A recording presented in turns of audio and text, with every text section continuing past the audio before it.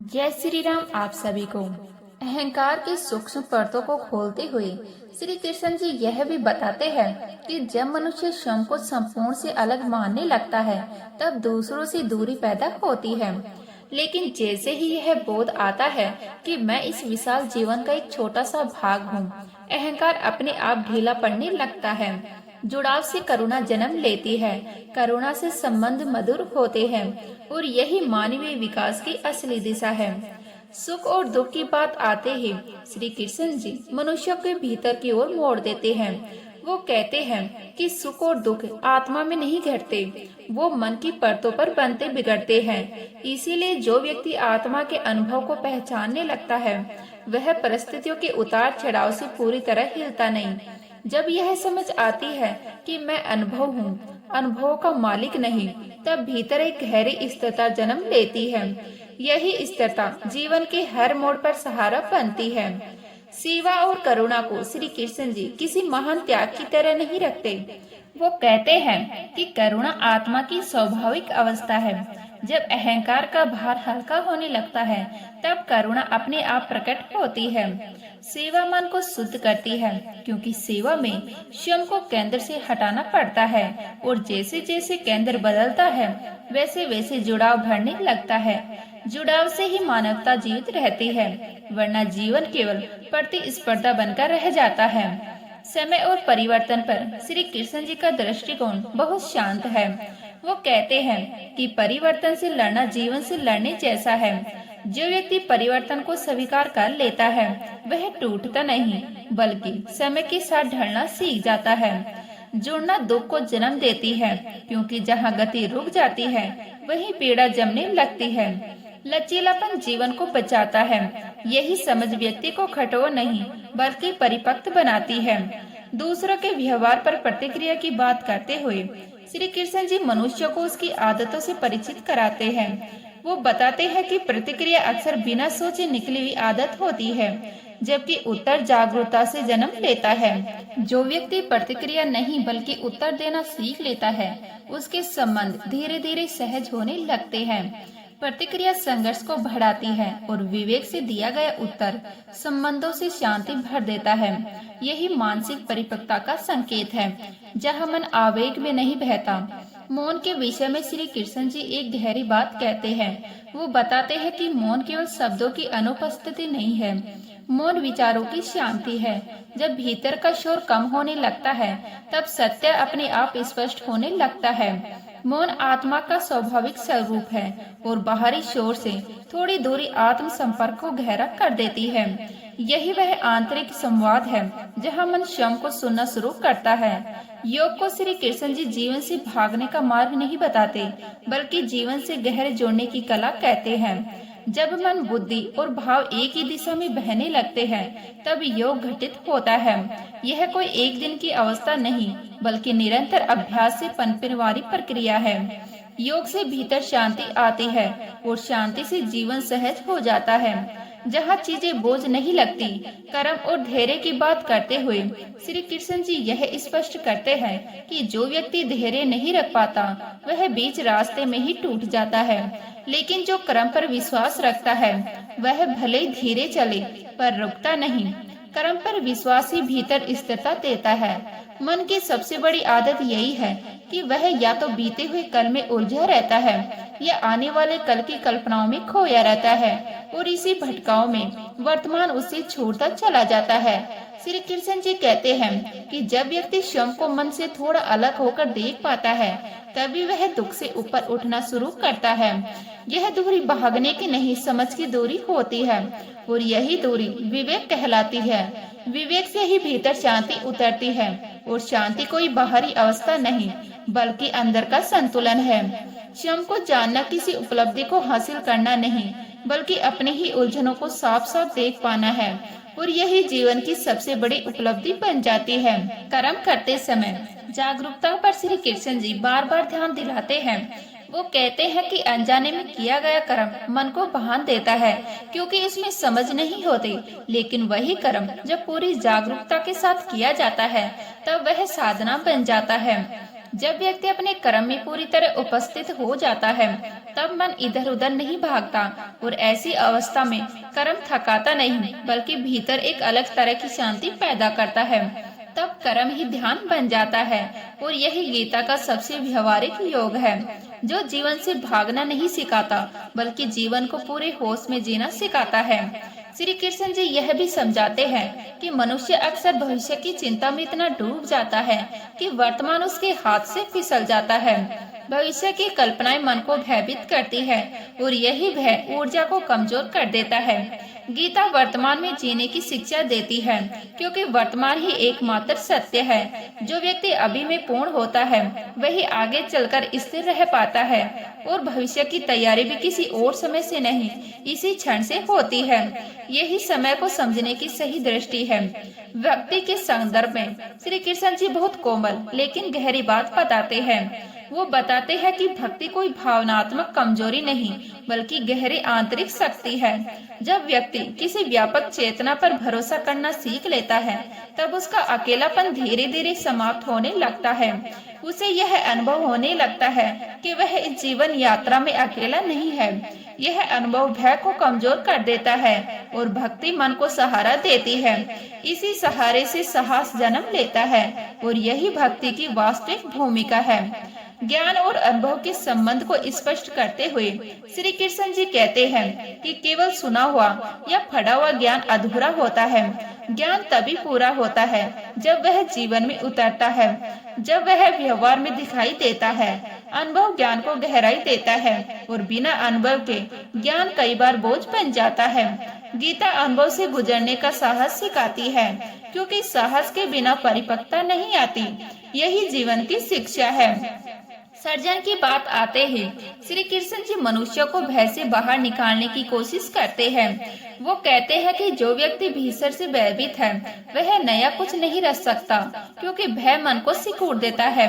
भय भविष्य की कल्पनाओं से जन्म लेता है, उन आशंकाओं से जो अभी घटी नहीं है। और जब व्यक्ति वर्तमान में स्थिर हो जाता है तब भय अपने आप कमजोर पड़ने लगता है। आत्मज्ञान इसलिए महत्वपूर्ण है क्योंकि आत्मा को जान लेने पर यह स्पष्ट होने लगता है कि जो बदल रहा है वह मन है, परिस्थितियां हैं, मैं स्वयं नहीं। यही समझ भीतर निर्भयता को जन्म देती है। धर्म की व्याख्या करते हुए श्री कृष्ण जी किसी कठोर ढांचे में बात नहीं रखते। वो धर्म को चेतन सिद्धांत बताते हैं जो जीवन में सामंजस्य लाने के लिए है, न कि जीवन को बांधने के लिए। परिस्थितियां बदलती है तो धर्म का स्वरूप भी बदल सकता है क्योंकि जीवन स्थिर नहीं है। बिना विवेक के धर्म अंधा हो जाता है और विवेक से धर्म जीवित रहता है। यह गीता की संतुलित दृष्टि है जहाँ नियम से अधिक समझ को महत्व दिया गया है। प्रकृति के साथ संबंध पर श्री कृष्ण जी बहुत गहरी बात कहते हैं। वो बताते हैं कि मनुष्य जब स्वयं को प्रकृति से अलग मान लेता है तभी संघर्ष शुरू होता है। वास्तव में मनुष्य प्रकृति का ही अंग है और जब यह बोध भीतर उतरता है तब जीवन सहज होने लगता है। तब संघर्ष की जगह सहयोग आ जाता है और सहयोग से शांति जन्म लेती है। यही संतुलित जीवन का आधार है जहाँ मनुष्य लड़ना नहीं बहना सीखता है। अहंकार के स्वरूप को समझाते हुए श्री कृष्ण जी बताते हैं कि अहंकार स्वयं को अलग मानने की भावना है और यही भावना संघर्ष की जड़ है। जब व्यक्ति स्वयं को संपूर्ण से जुड़ा हुआ देखने लगता है तब अहंकार धीरे धीरे ढीला पड़ जाता है। इस जुड़ाव से करुणा जन्म लेती है और करुणा आते ही द्वेष का स्थान नहीं बचता। यही मानवीय चेतना की ऊंचाई है जहाँ व्यक्ति केवल अपने लिए नहीं सबके लिए सोचना शुरू करता है। इच्छाओं के विषय में श्री कृष्ण जी कोई नकारात्मक दृष्टि नहीं रखते। वो कहते हैं कि इच्छाएं स्वयं में बुरी नहीं है। समस्या तब शुरू होती है जब इच्छाएं मनुष्य को नियंत्रित करने लगती है। जब व्यक्ति अपनी इच्छाओं को समझने लगता है, उनके पीछे छिपी बेचैनी को देख पाता है, तब संतुलन अपने आप आने लगता है। संतुलन से संतोष जन्म लेता है और संतोष जीवन को सरल बना देता है। यही आंतरिक समृद्धि है जो बाहर की उपलब्धियों से नहीं आती। अभ्यास के महत्व पर श्री कृष्ण जी स्पष्ट कहते हैं कि मन को वर्तमान में लाया जा सकता है, लेकिन यह एक दिन का काम नहीं है। अभ्यास से ही मन धीरे धीरे अभी में टिकना शुरू करता है और जब मन वर्तमान में टिकता है तब वह शांत होता है। शांति से स्पष्टता आती है और स्पष्टता से सही दिशा दिखाई देने लगती है। यही आत्मानुशासन का मार्ग है, जहाँ मन पर जबरदस्ती नहीं बल्कि समझ से काम लिया जाता है और यही यात्रा अभी और आगे बढ़नी है। योग की बात करते हुए श्री कृष्ण जी जीवन को और भी करीब से देखने को कहते हैं। वो स्पष्ट करते हैं कि योग कोई पलायन नहीं है, न संसार छोड़ने का नाम है। योग तो जीवन में पूरी उपस्थिति का नाम है। जब व्यक्ति जो कर रहा है उसमें पूरा होता है तब वही योग बन जाता है। भयमुक्त मन ही वास्तव में सच्चा नेतृत्व कर सकता है, क्योंकि भय से भरा मन निर्णय नहीं टालना, यह केवल प्रतिक्रिया करता है। आंतरिक साहस वही है जो बाहरी परिस्थितियों से नहीं डगमगाता। भय के विषय में श्री कृष्ण जी बार बार यह याद दिलाते हैं कि भय भविष्य की कल्पनाओं से पैदा होता है, उन आशंकाओं से जो अभी घटी नहीं है। जैसे ही मन वर्तमान में टिकना सीखता है, भय अपने आप कमजोर पड़ने लगता है। आत्मज्ञान भय की जड़ को काट देता है, क्योंकि तब व्यक्ति जान लेता है कि जो बदल रहा है वह परिस्थिति है, पहचान नहीं। निर्भय व्यक्ति ही सही निर्णय ले सकता है, क्योंकि उसका मन स्पष्ट होता है। साहस बाहर से नहीं आता, वह भीतर से जन्म लेता है और वही आंतरिक शक्ति जीवन को आगे बढ़ाती है। आसक्ति पर श्री कृष्ण जी बहुत सूक्ष्म बात कहते हैं। वो बताते हैं कि आसक्ति वस्तुओं से नहीं बल्कि पहचान से जुड़ी होती है। जब व्यक्ति किसी वस्तु, व्यक्ति या पद में अपनी पहचान खोजने लगता है तब आसक्ति गहरी हो जाती है और जैसे ही वह पहचान हिलती है दुख जन्म लेता है। आत्म पहचान जब स्थिर होती है तब आसक्ति अपने आप ढीली पड़ने लगती है। यही वैराग्य का रहस्य है। वैराग्य जीवन से भागना नहीं बल्कि जीवन को साफ दृष्टि से देख पाना है। निर्लिप्तता का अर्थ यह नहीं कि भावनाएं समाप्त हो जाती हैं, बल्कि यह है कि उनमें जकड़ने नहीं रहती। कर्म फल के सिद्धांत पर श्री कृष्ण जी गहरी शांति के साथ समझाते हैं कि यदि फल तुरंत दिखाई ना दे तो भी कर्म व्यर्थ नहीं जाता। हर कर्म चेतना में एक छाप छोड़ता है, ठीक बीज की तरह जो सही समय आने पर फल देता है। कभी वह फल स्पष्ट दिखाई देता है, कभी छिपा रहता है, लेकिन उसका अस्तित्व बना रहता है। धैर्य रखने वाला व्यक्ति इसी कारण निराश नहीं होता, क्योंकि वह जानता है कि समय भी कर्म का ही हिस्सा है। विश्वास मन को मजबूत बनाता है और यही कर्म का गहन नियम है। जब मन बार बार परिणाम गिनने में उलझता है तब कर्म हल्का पड़ने लगता है, लेकिन जब कर्मों को श्रद्धा किया जाता है तब मन स्वयं स्थिर होने लगता है। योग इसी स्थिरता का नाम है, जहाँ जीवन बोझ नहीं लगता बल्कि बहाव बन जाता है। श्री कृष्ण जी अर्जुन जी को अंत में किसी निष्कर्ष पर नहीं रोकते, बल्कि उसे जीवन की गहराई में उतार देते हैं। वो सबसे पहले यह बोध कराते हैं कि जीवन का उद्देश्य केवल बाहरी सफलता नहीं बल्कि भीतर की स्पष्टता है। जब मनुष्य अपने कर्तव्य से भागता है तब वह केवल परिस्थितियों से नहीं स्वयं से भाग रहा होता है, और यही भय, मोह और भ्रम को जन्म देता है। यह तीनों मन को कमजोर कर देते हैं और विवेक पर पर्दा डाल देते हैं। योग की अवस्था तब बनती है जब मन, बुद्धि और हृदय एक ही दिशा में बहने लगते हैं, जब भीतर कोई खींचताव नहीं रहती। ऐसे जीवन बोझ नहीं लगता। संघर्ष अपने आप कम होने लगता है, क्योंकि भीतर स्पष्टता आ जाती है। यही संतुलित जीवन है, जहाँ व्यक्ति टूटता नहीं बल्कि हर परिस्थिति को समझकर आगे बढ़ता है। मौन के महत्व पर श्री कृष्ण जी बहुत गहराई से बात करते हैं। वो कहते हैं कि मौन केवल चुप रहना नहीं है, मौन तो मन की शांति है। जब भीतर का शोर शांत हो जाता है तब सत्य अपने आप स्पष्ट होने लगता है। मौन आत्मा की भाषा है और बाहरी शोर से थोड़ी दूर आत्मा संपर्क को गहरा कर देती है। वहीं से वह आंतरिक संवाद शुरू होता है, जहाँ मन स्वयं को सुनने लगता है। दूसरों के व्यवहार पर प्रतिक्रिया के विषय में श्री कृष्ण जी मनुष्य को उसकी आदतों से परिचित कराते हैं। वो बताते हैं कि प्रतिक्रिया अज्ञान से आती है, वह बिना समझे निकलती है।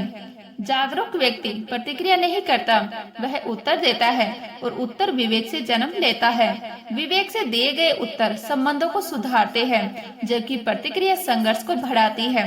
यही मानसिक परिपक्वता है, जहां मन आवेग में नहीं बहता। समय और परिवर्तन को लेकर श्री कृष्ण जी बहुत सहज दृष्टि रखते हैं। वो कहते हैं कि परिवर्तन से लड़ना दुख को आमंत्रण देना है। परिवर्तन जीवन का नियम है और जो इसे स्वीकार कर लेता है वही भीतर से शांत रहता है। लचीलापन जीवन को सहज बनाता है, जबकि जड़ता टूटन लाती है। यही समय की सबसे बड़ी शिक्षा है, जो हर पल हमें कुछ सिखा रही है। सेवा और करुणा के विषय में श्री कृष्ण जी बताते हैं कि करुणा आत्मा की स्वाभाविक अवस्था है और सेवा से अहंकार अपने आप कम होने लगता है। जो व्यक्ति सेवा करता है वह भीतर से समृद्ध होता है, क्योंकि वह स्वयं को केंद्र से हटाकर व्यापकता को जगह देता है। करुणा समाज को जोड़ती है और यही मानवता का आधार है। समर्पण के सार को समझाते हुए श्री कृष्ण जी कहते हैं कि समर्पण का अर्थ हार मानना नहीं, बल्कि अहंकार को छोड़ देना है। जब व्यक्ति कर्म करता है और परिणाम को ईश्वर पर छोड़ देता है, तब वह जीवन के बीच रहते हुए भी मुक्त होने लगता है। यह मुक्ति जंगलों में नहीं, जिम्मेदारियों के बीच घटित होती है। समर्पण भय को समाप्त करता है और वहीं से भीतर की यात्रा एक नए स्तर पर खुलने लगती है। श्री कृष्ण जी अर्जुन जी को यह समझाने से शुरू करते हैं कि धर्म वह नहीं होता जो हम तुरंत सुविधा दे दें, बल्कि वह होता है जो आत्मा को सही दिशा में ले जाए, चाहे वह मार्ग कठिन ही क्यों न लगे। युद्ध भूमि उनके लिए केवल दो सेनाओं का मैदान नहीं, वह उस संघर्ष का प्रतीक है जो हर मनुष्य के भीतर रोज चलता है, जहां सही और आसान के बीच चुनाव करना पड़ता है। श्री कृष्ण जी स्पष्ट करते हैं कि सही निर्णय वही होता है जो सत्य पर आधारित हो, न कि क्षणिक भावना या कमजोरी पर। भावनाएं अगर विवेक से दूर हो जाएं, तो वो मार्गदर्शक नहीं, बोझ बन जाती है। इसीलिए वो अर्जुन को पहले भीतर से मजबूत होने की प्रेरणा देते हैं, क्योंकि आत्मबल के बिना ज्ञान भी दिशाहीन हो जाता है। जब भीतर दृढ़ता आ जाती है, तभी ज्ञान जीवन में उतर पाता है और यही उपदेश जीवन को एक साफ दृष्टि देता है। कर्म की बात करते हुए श्री कृष्ण जी बहुत गहराई से कहते हैं कि कर्म में कोई नहीं बच सकता, क्योंकि निष्क्रिय भी एक प्रकार का कर्म है जो अक्सर भय और भ्रम से जन्म लेती है। वो अर्जुन को यह नहीं कहते कि कर्म छोड़ दो, बल्कि यह समझाते हैं कि कर्म को बोझ नहीं, साधना समझो।